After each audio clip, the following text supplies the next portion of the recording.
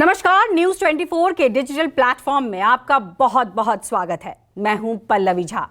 आज से हम बेहद ही खास प्रोग्राम की शुरुआत करने जा रहे हैं जो अब तक न किसी ने सोचा और ना किया है, लेकिन न्यूज 24 अपने दर्शकों के लिए संजीदा और संवेदनशील है। इसीलिए हम आपकी हर परेशानी और उलझन को सुलझाने की कोशिश करने जा रहे हैं। जी हां, हमारे नए show basic tips with Pallavi Jha के जरिए हम आप तक पहुंचेंगे और आपसे आपकी परेशानी जानेंगे और एक्सपर्ट के जरिए आपका मार्गदर्शन करेंगे।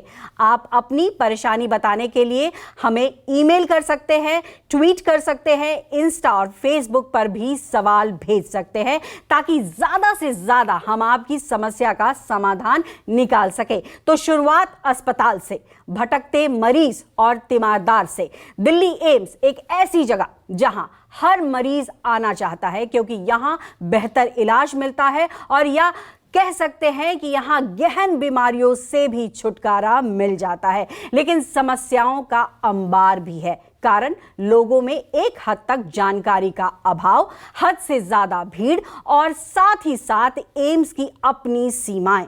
तो ऐसे में एम्स में इलाज कराने आए लोगों की क्या है परेशानी और क्या है इसका समाधान, उसकी शुरुआत करते हैं। जी हां, सबसे पहले मैं स्वागत करती हूं डॉक्टर प्रोफेसर रीमा दादा का, जो एम्स मीडिया हेड हैं। साथ ही साथ मरीज और तीमारदार के साथ मेरी सहयोगी अनुष्का एम्स से जुड़ रही हैं। बहुत बहुत स्वागत है आप सभी का, और खास करके डॉक्टर रीमा दादा आपने अपना समय निकाला है लोगों के लिए। एम्स लगातार काम करता रहा है, नए नए एक तरीके से कहें कि ऐसे प्रावधान लाता रहा है जिससे कि सुगम हो वहां पर इलाज, लोगों को परेशानी ना हो। और लेकिन जैसा हमने कहा कि चूंकि भीड़ काफ़ी ज़्यादा होती है दिल्ली एम्स में, तो कहीं ना कहीं परेशानियां भी होती है और इसी को सुलझाने की कोशिश करने जा रहा है एम्स। सबसे पहले मैं आपका ये अगर रुख करूं तो सबसे पहले मेरे जहन में ये सवाल आता है मैम कि इतने प्रयास के बाद भी आखिर समस्याएं क्यों बरकरार रह जाती है? क्या सिर्फ भीड़ ही वजह है या फिर कुछ और वजह है? देखिए, सबसे बड़ी प्रॉब्लम हमारे लिए ये है कि बहुत ज्यादा मरीज आते हैं। तो जैसे कि 45 लाख मरीज हर साल एम्स में दिखाते हैं और करीब 25,000 तक मरीज डेली आते हैं और उनके केयर टेकर्स। तो चाहे हम कितनी भी फैसिलिटी इंप्रूव करें, और हमारे डायरेक्टर की पिछले 1 साल में पूरी जोर रहा है कि पेशेंट फ्रेंडली कैंपस बनाया जाए, हर सुविधा मरीज को प्रोवाइड करी जाए, वेटिंग टाइम मिनिमाइज किया जाए। हमारी जो डायग्नोस्टिक फैसिलिटीज हैं उनको 24/7 रन कर रहे हैं, 24 घंटे वो चलती हैं। जैसे पहले होता था कि सैंपल कलेक्शन 12 बजे तक होता था, तो जो मरीज दिखाता था वो उसको अगले दिन आना होता था क्योंकि लैब्स का कलेक्शन टाइम ओवर हो जाता था। अब वो 6 बजे तक बढ़ा दिया गया है, पेशेंट को एक से दूसरी जगह ना जाना पड़े, सारे फैसिलिटीज अब एक ही जगह सैंपल कलेक्शन होता है। तो ऐसे बहुत कई कदम उठाए गए, पर सबसे बड़ी चीज है कि इतना लोगों का ट्रस्ट और फेथ है एम्स के डॉक्टर्स में कि बहुत ज्यादा लोग यहाँ आते हैं। और इसलिए चाहे हम कितना भी एक्सपैंड कर दें, चाहे हमने अपनी लैब फैसिलिटीज 24/7 कर दी, चाहे हम अपने रेडियोलॉजिकल फैसिलिटीज लाइक सीटी, एमआरआई, अल्ट्रासाउंड, एक्सरेज, हम 24/7 ये पूरी क्षमता से इनको यूटिलाइज कर रहे हैं, पूरे सारे ऑपरेशनल हैं, फिर भी हाँ थोड़ा डिले हो जाता है क्योंकि इतने ज्यादा मरीज का लोड है। हम तो पूरी तरह से कोशिश कर रहे हैं कि हम वेटिंग टाइम मिनिमाइज करें, अपना इंफ्रास्ट्रक्चर बढ़ा रहे हैं सरकार की मदद से। अभी आपने देखा पिछले हफ्ते ही कई ब्लॉक्स का हमने डेडिकेट किया है पेशेंट सर्विसेज के लिए। हमारे हेल्थ मिनिस्टर जी ने इनका उद्घाटन किया। तो बहुत कोशिश की जा रही है, बट मरीजों का इतना ट्रस्ट और फेथ है कि चाहे जितने ज्यादा कॉर्पोरेट हॉस्पिटल्स आ जाएं, प्राइवेट आ जाएं, तो पर लोग एम्स में उनकी इतनी वो फेथ है कि वो यहाँ आते हैं। तो इसलिए हम लोग थोड़ा सा लोड बहुत ज्यादा है, बिल्कुल पेशेंट लोड लोड काफी बहुत ज्यादा ज्यादा है और फुटफॉल जिस तरीके का है उस तरीके से मैनेज कर पाना भी इतना आसान नहीं होता है, लेकिन प्रयास लगातार जारी है। और ऐसे में ये भी बहुत ज़रूरी हो जाता है डॉक्टर कि लोगों तक सही जानकारी पहुंचे, लोग ये जाने कि आखिर उनको कहाँ जाना है, किस तरफ जाना है, किनसे इलाज कराना है। और शायद कई बार भटकने की वजह से भी लोगों की परेशानी बढ़ जाती है। तो अब मैं अपनी सहयोगी अनुष्का का रुख करना चाहूँगी। अनुष्का, आप एम्स के बाहर हैं, तमाम लोग यहाँ पर आते हैं इलाज कराने के लिए और हर आदमी परेशान रहता है, लेकिन कोशिश ये होती है कि उसकी परेशानी कम करे एम्स। लेकिन हम भी अब ये कोशिश करने जा रहे हैं, हम एक माध्यम बनने जा रहे हैं जिससे कि आम लोग जो बीमार है, जो तीमारदार है, उनकी समस्या कम हो सके। तो कुछ लोग जो आपके साथ हैं, उनके कुछ प्रश्न हो, कुछ ऐसे परेशानी से वो गुजर रहे हों जिसका हम समाधान कर सके अपने एक्सपर्ट के जरिए, तो सवाल लीजिए। बिल्कुल पल्लवी, बीमारी है तो इलाज भी है, और इलाज नाम सुनते ही हर किसी के जहन में सिर्फ एक ही बात आती है, सस्ता, बेहतर और फ्री इलाज। आज मैं राजधानी दिल्ली के एम्स में खड़ी हूँ और यहाँ देश के कोने कोने से हजारों लोग उस आस में आते हैं कि कब उनका नंबर आए और उनका इलाज हो। और दिल्ली का एम्स वो अस्पताल है जहाँ धरती के भगवान जीवन दान देते हैं। भगवान के रूप में यहाँ साक्षात डॉक्टर्स जो हैं यहाँ बैठे हुए हैं, और यहाँ पर आपको बता दें ऐसे डॉक्टर्स ने कई ऐसे चमत्कार किए हैं, इलाज के नाम पे ऐसे कई चमत्कार हुए हैं, चाहे वो गर्भ में पल रहे बच्चे की धड़कन का इलाज क्यों ना हो, सफल सर्जरी क्यों ना हो, या फिर दिल्ली की 2 साल की बच्ची का दिल चेन्नई में धड़कता क्यों ना हो। तो चलिए, यहाँ पर कई लोग मौजूद हैं, उनसे बात करेंगे। पहले ये चेहरे देखिए, वो उस पल का इंतजार कर रहे हैं कि कब उनका नंबर आए और उन्हें इलाज मिले। तो चलिए शुरू करते हैं। क्या नाम है आपका? राजू राणा। कहाँ से आए आप राजू? बम्बई से आए हैं। बॉम्बे से आए हैं? बांद्रा बैंड स्टैंड से आए हैं। अभी 3 साल हो गया बच्चा मेरा, 2 लड़का, दोनों एक्सीडेंट हो गए। एक का तो राइट साइड का हाथ कट गया, दूसरा तो अभी व्हील चेयर पे बैठे हुए हैं सामने। और हर केमने गए और रांची में गए हॉस्पिटल ने, सरकारी, फिर लास्ट पोजीशन यहाँ पे बम्बई आए हैं, दिल्ली आए हैं और 4 दिन से भी लगे हुए लाइन में। यहाँ कितने दिन हो गए आपको आए हुए? हमारा यहाँ पे तो 6 दिन हो गया मात्र। मतलब 5-6 दिन से आप यहीं पर रुके हुए हैं? जी, मैं भी फिटपाथ पे यहीं सो रहे हैं। अनुष्का सवाल करिए कि आखिर इनकी परेशानी क्या है, ये क्या समाधान चाहते हैं? फोटो के दे रहे हैं।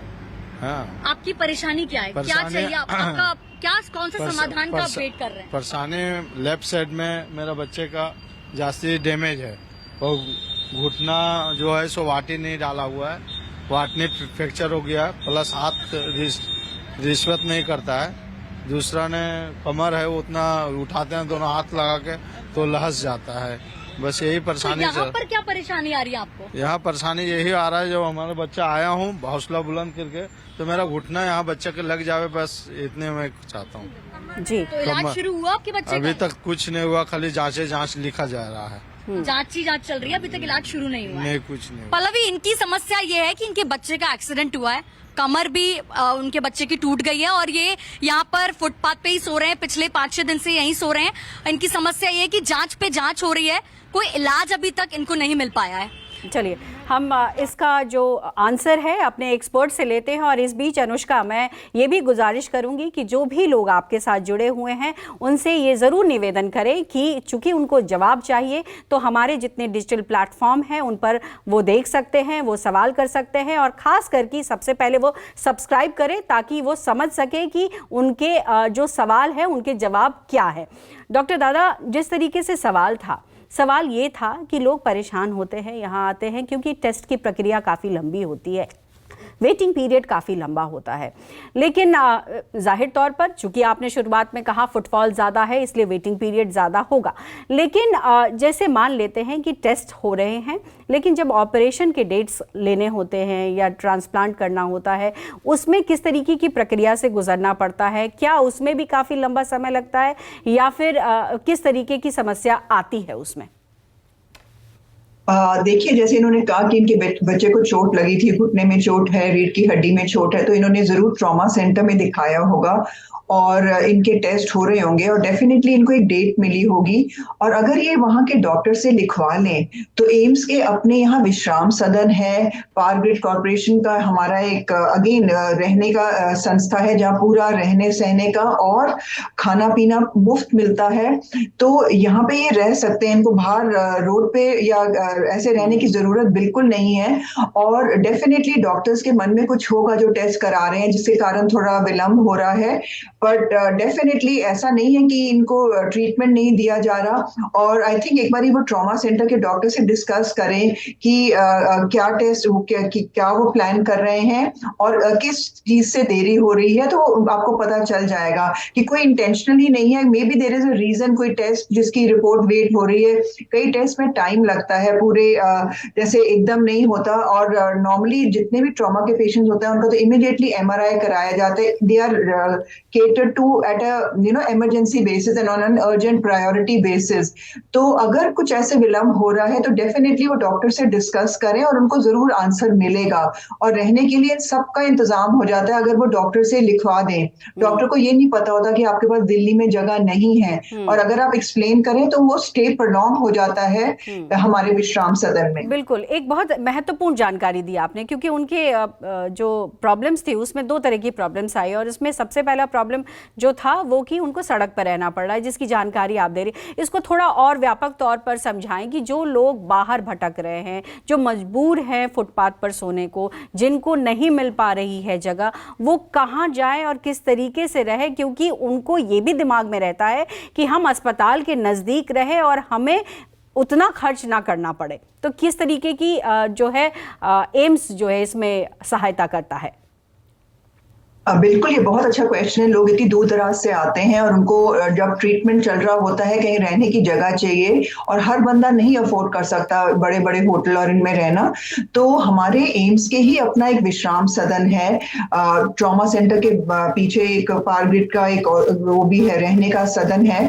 तो उसमें बहुत सारे बेड्स अवेलेबल हैं, ओवर 400 बेड्स अवेलेबल हैं। खाने पीने का पूरा इंतजाम होता है, हफ्ते भर का पहले रहने का परमिटेड होता है। और जैसे अगर वो डॉक्टर से लिखा लें, उनका ट्रीटमेंट लंबा चल रहा है तो उनको उतनी देर स्टे के लिए पूरा उनका इंतजाम अवेलेबल है। तो इस चीज का वो जरूर फैसिलिटी उठाएं। और यहाँ सब कुछ ट्रांसपेरेंट है, वहां दिखाया जाता है कितने बेड्स अवेलेबल हैं, कितने ऑक्यूपाइड हैं, कितने खाली हैं। तो अगर वेकेंट बेड्स हैं तो उनको जरूर रहने की जगह दी जाएगी। बिल्कुल। अनुष्का, और भी सवाल हो सकते हैं, और भी परेशानियां हो सकती है, फिर आपसे रुक कर रही हूं, आपका रुक कर रही हूं। आप कुछ लोगों से फिर सवाल करें और जानें कि उनकी क्या परेशानी है, ताकि डॉक्टर रीमा दादा उनका समाधान बता सके। बिल्कुल पल्लवी, संख्या बढ़ती जा रही है, इन लोगों की प्रॉब्लम्स इतनी सारी हैं और हर कोई अपनी प्रॉब्लम्स न्यूज़ 24 पर शेयर करना चाहता है। चलिए बातचीत करते हैं। क्या नाम है आपका? मेरा नाम अनमोल जैन है। अनमोल जैन। यस मैम, हम सानपुर से आए हैं। मेरे फादर को 20 साल से हार्ट प्रॉब्लम है, इनके हार्ट में स्टंट डलेंगे। हम कल इनको यहाँ इमरजेंसी में भर्ती करवाया, लेकिन मैम सब जांच के बाद छुट्टी कर दी मैम इनकी। आपके पिताजी साथ में? Yes ma'am. मैम इनके 20 साल से दिक्कत हो रही है, हम चाहते हैं कि इनका स्टंट डल जाए और थोड़ा इनको नया जीवन मिल जाए। तो कितने समय से आप यहाँ पर बैठे हुए हैं? मैं कल से बैठा हूँ मैम। कल से आए हैं आप? मैम इमरजेंसी में इनको शिफ्ट भी कराया था, भर्ती कराया, वहाँ से इन्होंने जाँच करी, उसके बाद मैम इनको छुट्टी कर दी मैम इनकी।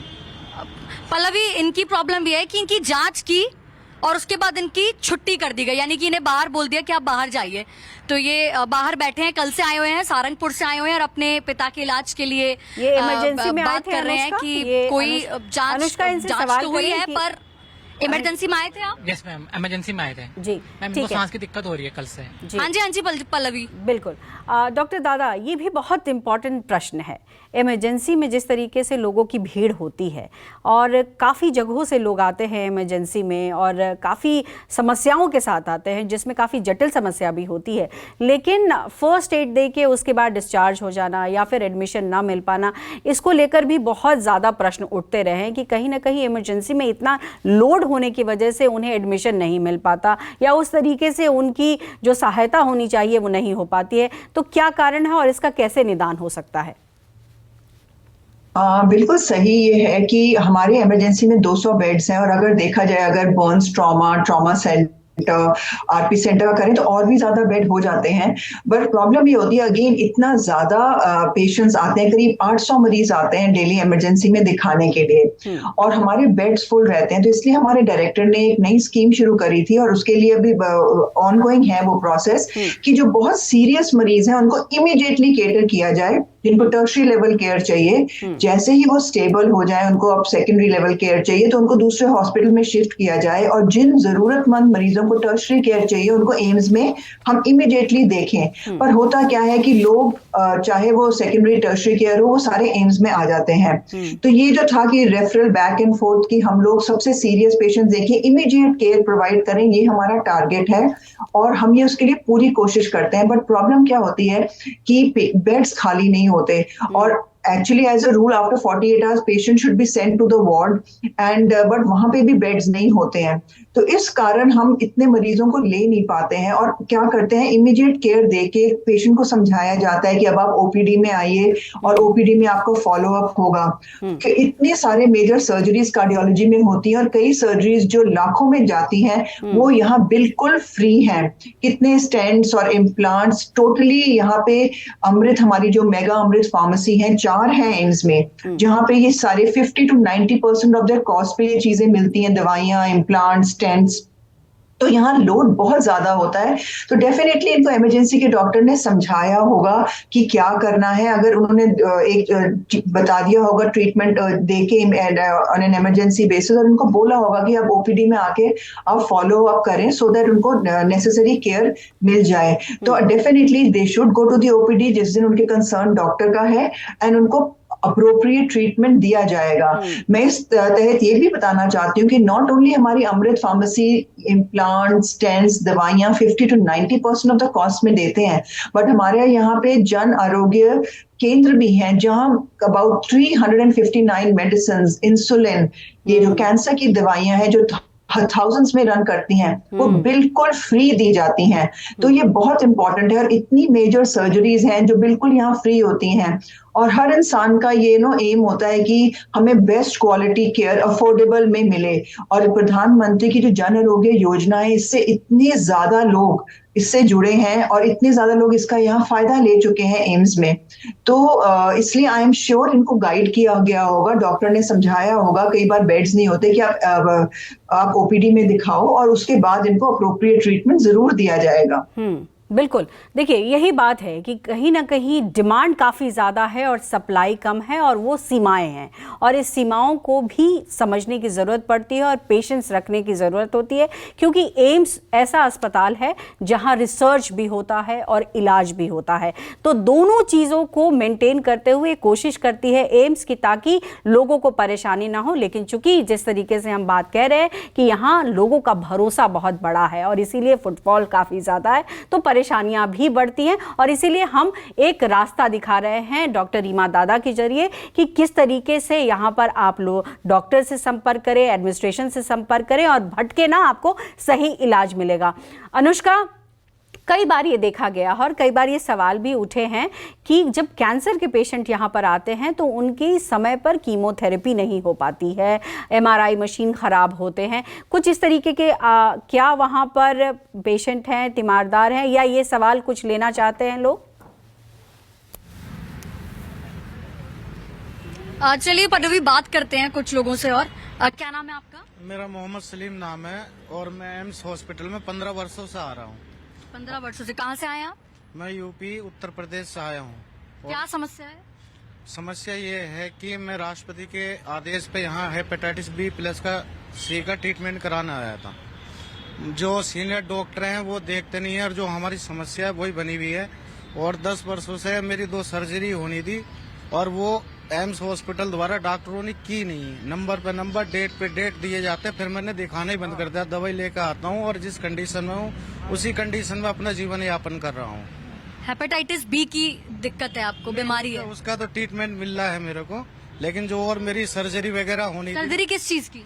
जैसे कि मेरे लेटेस्ट हर्निया की सर्जरी होनी थी और पाइस की सर्जरी होनी थी। डॉक्टरों ने घुमाने पे घुमाना, और जो गंभीर यानी कि जैसे हम गंभीर रोग पेशेंट है ना, उनको जो सीनियर डॉक्टर देखते नहीं है, ओनली फॉर स्टाफ का ही और उनके पहचान वालों का ही ट्रीटमेंट पहले होता है। और बाकी जो आम लोग ठीक है अनुष्का, एक सवाल लेते हैं डॉक्टर दादा। जिस तरीके से ये भी परेशानी कई बार आती है सामने कि जो पेशेंट्स होते हैं वो आए इलाज कराने के लिए आए, लेकिन उनकी जो एक भावना होती है कि कोई सीनियर डॉक्टर उनको देख ले। हालांकि एम्स में जो एसआर भी होते हैं वो भी काफ़ी रिफाइंड डॉक्टर्स होते हैं और काफ़ी जानकारी रखने वाले डॉक्टर्स होते हैं। शायद ये कहीं ना कहीं जानकारी का भी अभाव है और इसीलिए हम चाह रहे हैं कि आप इसके लिए जानकारी लोगों तक पहुँचाएँ कि किस तरीके से वो डॉक्टर्स जो हैं वो भी उनका बहुत अच्छे से इलाज कर सकते हैं। और ख़ास करके अगर इन्होंने जैसे बात कही कि गैस्ट्रोएंटरोलॉजी या जो डिपार्टमेंट है उसमें वो दिखा रहे थे लेकिन उनका ऑपरेशन फिर नहीं हो पाया, तो ये दिक्कत जो आती है लोगों में वो काफ़ी देखी जाती है कि काफ़ी टाइम लग जाता है, काफ़ी लंबा समय लग जाता है ट्रीटमेंट में। हालांकि बीमारी ठीक हो जाती है लेकिन समय काफ़ी लंबा लग जाता है। एक्चुअली हमें हर केस का देखना होता है कि अगर इनको हेपेटाइटिस बी था, इनको कुछ ट्रीटमेंट मिल रहा होगा क्या, इनका लिवर का क्या स्टेटस है और लिवर में कोई ऐसी प्रॉब्लम तो नहीं है जिसके कारण वो सर्जरी नहीं सह पाएंगे। तो कोई रीजन डेफिनेटली होगा जो डॉक्टर ने उनको समझाया होगा। उनको डॉक्टर के साथ डिस्कस करना चाहिए कि क्यों ऐसे डेट दी जा रही है। कोई कारण जरूर होगा बिकॉज इनको हेपेटाइटिस बी का ट्रीटमेंट मिल रहा है जिससे इनका लिवर डेफिनेटली इफेक्ट होगा। कई बार कई मेडिसिन हम नहीं दे पाते जब कुछ ऐसा इशू है।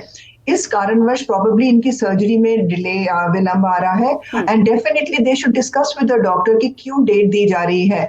और आई वांट टू यहाँ पे एम्फसाइज करना चाहती हूँ कि एम्स के 3 लक्ष्य हैं, एक टीचिंग, एक रिसर्च और एक पेशेंट केयर। और हमारे जितने भी लेवल ऑफ डॉक्टर्स ओपीडी में बैठते हैं, चाहे जूनियर हो चाहे सीनियर मोस्ट हो, सब बहुत ज्यादा उनकी क्षमता और बेस्ट होते हैं। और ये नहीं है कि उनको आता नहीं है और कि जो जैसे इन्होंने कहा कि जो सीनियर डॉक्टर्स होते हैं वो केवल स्टाफ और अपने नोन टू को देखते हैं, ऐसा बिल्कुल नहीं है। एम्स में हर तरीके का मरीज आता है, चाहे वो बहुत वेल ऑफ हो, चाहे वो गरीब हो, चाहे वो अब किसी भी सोशल स्टेटस के हो, सबको इक्वल प्राथमिकता दी जाती है। और आई थिंक ये एक गलत एक नोशन बन चुका है कि जो जानता है वो ही पा पाता है। और अब आप देखिए जो प्रधानमंत्री डॉक्टर यहाँ पर मैं ये कहना चाहूंगी शायद उम्मीदें इतनी ज़्यादा है एम्स से, इसीलिए शायद इस तरीके के सवाल उठ जाते हैं। तो इसीलिए लगातार जो लोग हैं वो इस तरीके की परेशानी भी शेयर करते हैं और हम और आप इसीलिए यहाँ पर मौजूद है ताकि उनको समझा सके और सही रास्ता दिखा सके।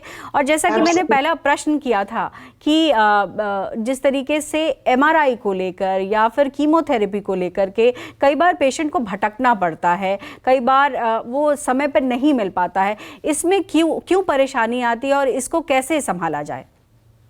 हाँ जी, जैसे आपने MRI का कहा तो जैसे हमारी 7 MRI मशीन्स हैं और ये जो डायग्नोस्टिक फैसिलिटी है 24 आवर्स चलती है, 7 days a week, 365 days in a year।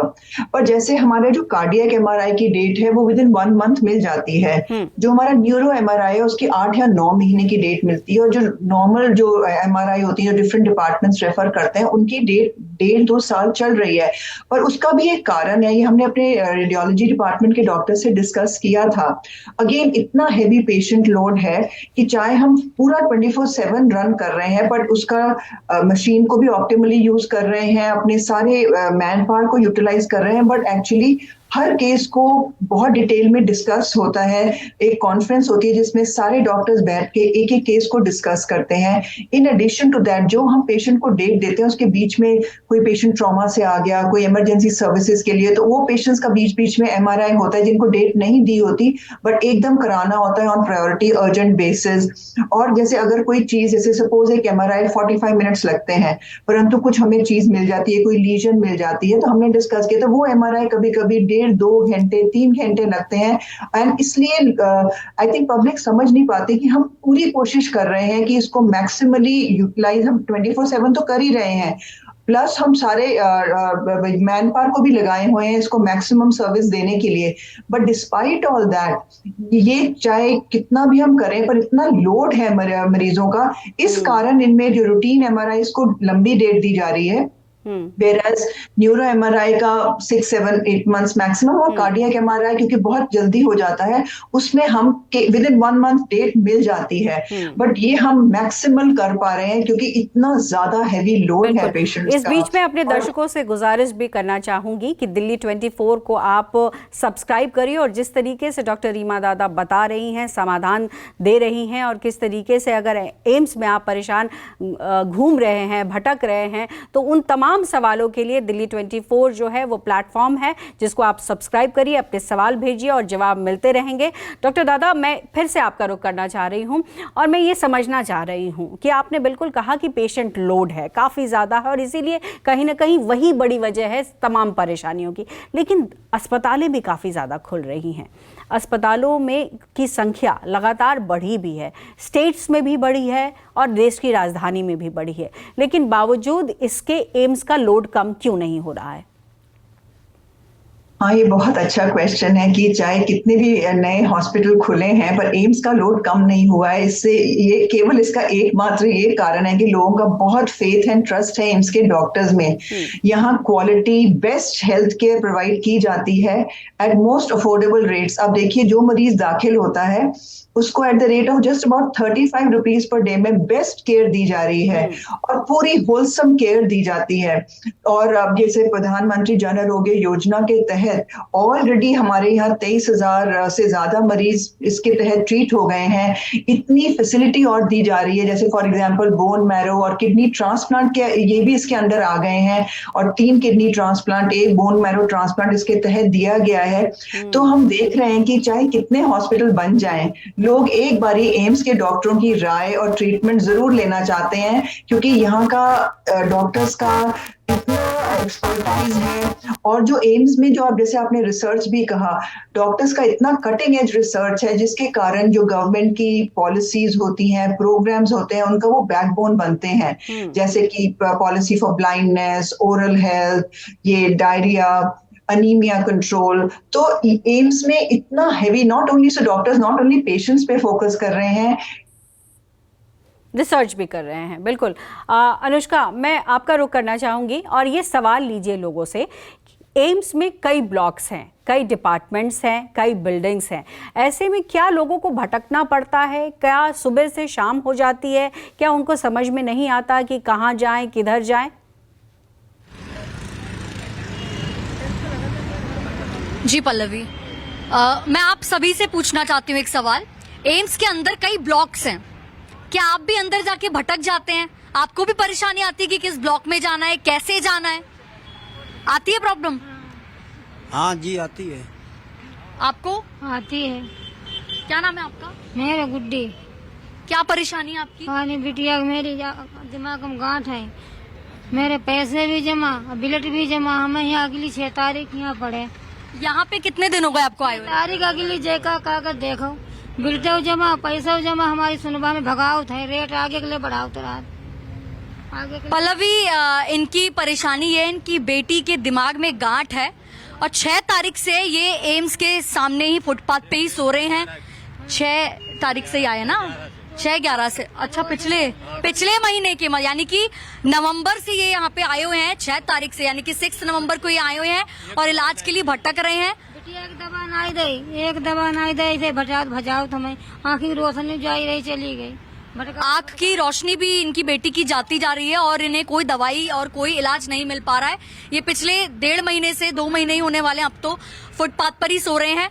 और आप तो भगा दे तो फिर 8 दिन बढ़ाओ, तो फिर 8 दिन बढ़ाओ। चलिए डॉक्टर दादा, यानी कि डेट सवाल हमने समझ लिया अनुष्का। बिल्कुल मैं समझ रही हूँ किस तरीके की परेशानी इन लोगों को होती है। और देखिए, बीमार हो कोई व्यक्ति अपने परिवार में तो क्या स्थिति होती है वो समझा जा सकता है।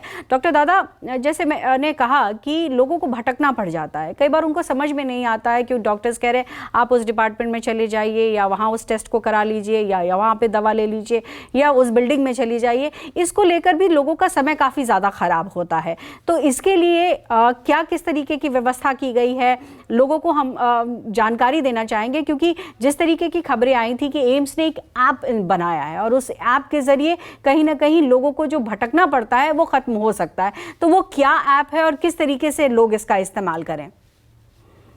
हाँ बिल्कुल, एक हमने स्वदेश ऐप डेवलप किया है जिसमें हम जहाँ पे भी खड़े हैं उसको एक QR कोड से स्कैन करके हम डिटरमिन कर सकते हैं हम कहाँ खड़े हैं, और जहाँ पे हम डाल दें कि हमें कहाँ जाना है तो वो हमें रियल टाइम में गाइड कर देता है कि A to B, B to C कैसे पहुंचना है।